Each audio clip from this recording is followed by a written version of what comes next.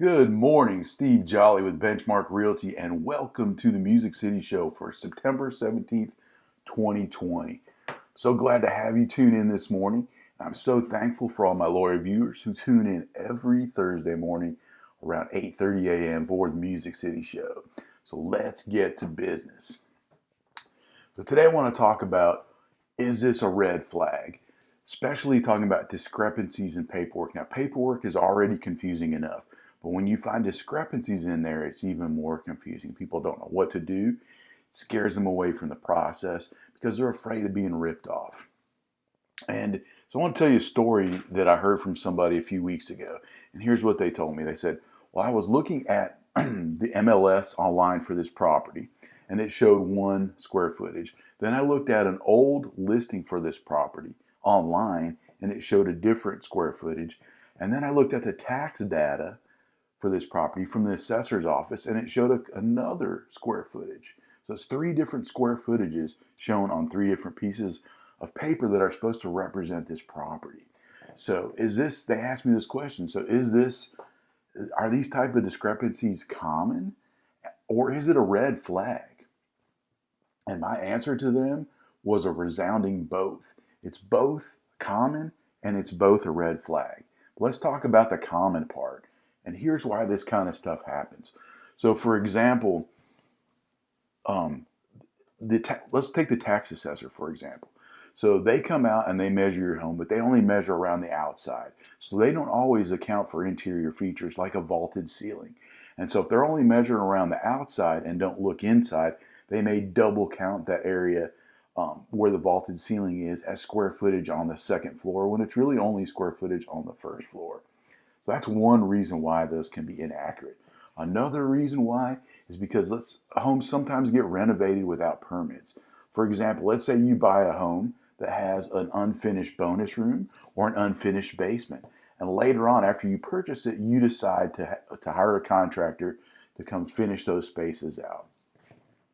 Well, what happens if the contractor doesn't pull a permit for finishing out the basement or finishing out the bonus room?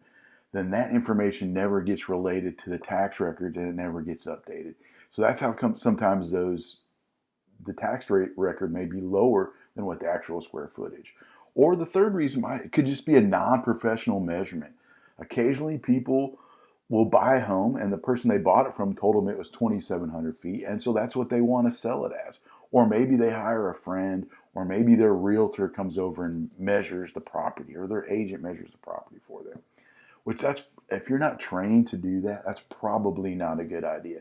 So there's just a few reasons why you might have a square footage discrepancy, but there could be all kinds of discrepancies, just in addition to the confusing language that's in the contract. And I know what your concern is. Your concern is you don't want to get ripped off. Nobody wants to get ripped off. So how do you resolve that? Well, my best advice to you is to find an agent, to find a partner that's going to put your interest ahead of theirs. So they're going to put your interest ahead of theirs. So they're going to make sure that whatever you want, whatever you need is upheld. And here's how we do that for you. So the first thing is we're going to get to the truth. Now, between Gretchen and I, we almost have 700 home sales under our belt. So we've seen about every discrepancy that can possibly happen. And we're able to track those down and get to the truth of the matter. And we won't stop until we get there. We're relentless about that because we're doing this for you. And so once we get to the truth of the matter, we're going to take those source documents and we're going to share them with you so you get the information straight from the source. So you don't have to trust us to what we said or or blindly trust anybody. You'll get the information straight from the source so you can see the truth for yourself, which we feel that's very important. And last, and I think this is probably the most important part of it, but we're going to give you options on how to resolve the problem. We'll tell you with those options what the consequences are that we see for taking those, and then what are you going to gain from that, and what are you likely to benefit from that decision. And then lastly, we're also going to give you our own advice of what we would do if we were in your shoes. And that's the way we help you. That's the way we feel we are best upholding your interest, by by sharing with you the truth, sharing you the source of the truth so you can see the information for your own eyes, and then give you options and advice to help you resolve that problem. So now that we've got that set aside, well, let me say one other thing. If you have any questions about paperwork, because there's all kinds of things that the confusing language, discrepancies, and just the amount of paperwork can be overwhelming and confusing. So if you have any questions about that, feel free to text me, call me anytime, 615-257-9996. So let's get into the market update for the week, right?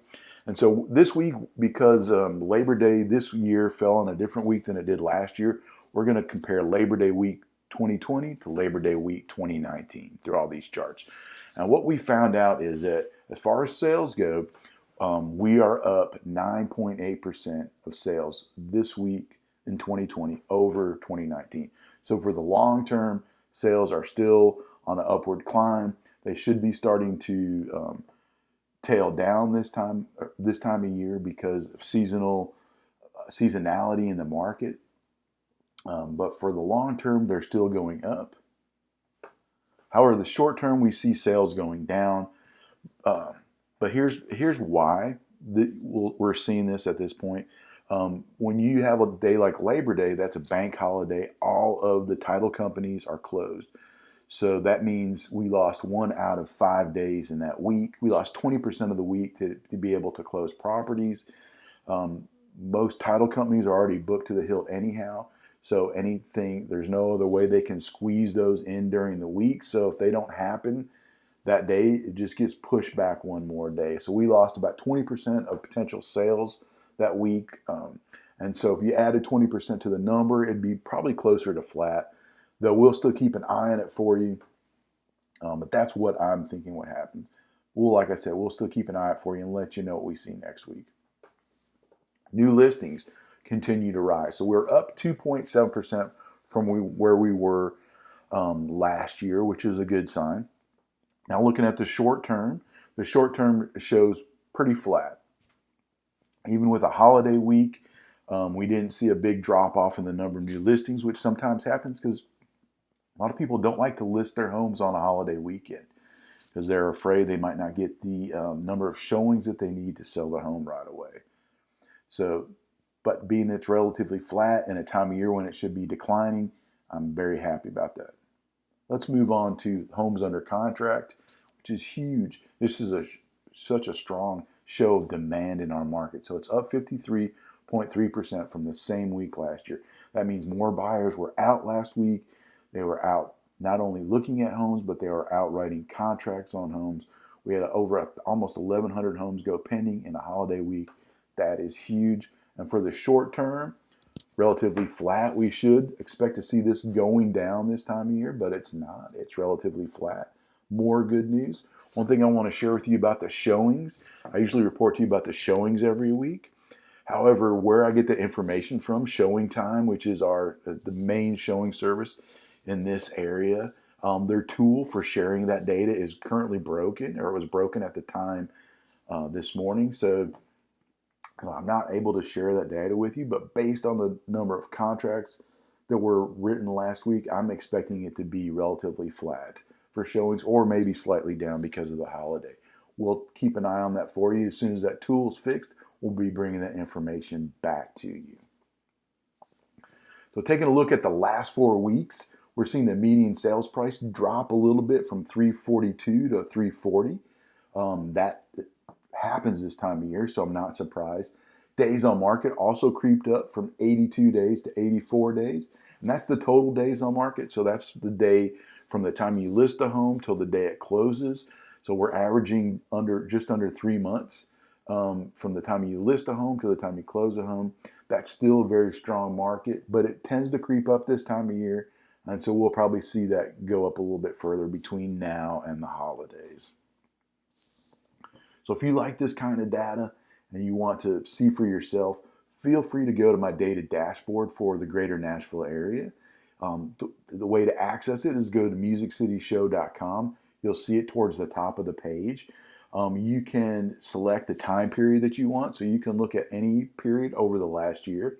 You can also slice it down by county, by city or by zip code. So if you want to see what's happening in your area for a certain time period, this is the only way you can do that with my data dashboard in Nashville. I'm giving you more data than anybody else in Nashville right now. We're trying to be as transparent as possible for your benefit, so you can, because we believe that the people that have the most information, the best informed buyers and sellers, make the best decisions. And that's what we want for you. Next week on the Music City Show, we're going to be talking about how to protect yourself when buying your home. So we're going to be wrapping up our series on buyers, and after that we'll start a whole new series on something else. So this is the finalization of the buyer series, how to protect yourself when buying a home. We feel this is very important. We hope you tune in. And I want to thank you again for showing up today, for tuning into the Music City Show. And we hope to see you next week. Take care. Peace and love, y'all.